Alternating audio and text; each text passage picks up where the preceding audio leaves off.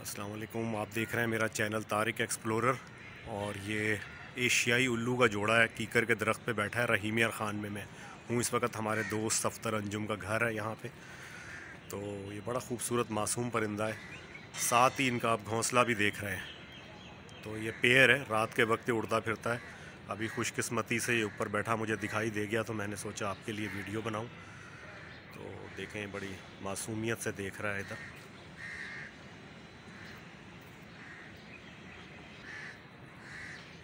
बहुत प्यारा परिंदा है, मासूम सा है। ये ब्राउन कलर का होता है। बेसिकली ये कहलाता है एशियाई उल्लू है। यहाँ वाइट कलर में भी उल्लू मैंने देखा था।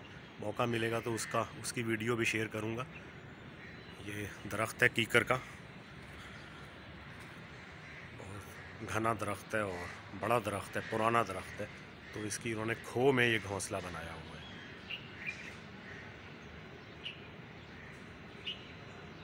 ये देखें, जोड़ा है, रात को ये उड़ता फिरता है यहाँ पे।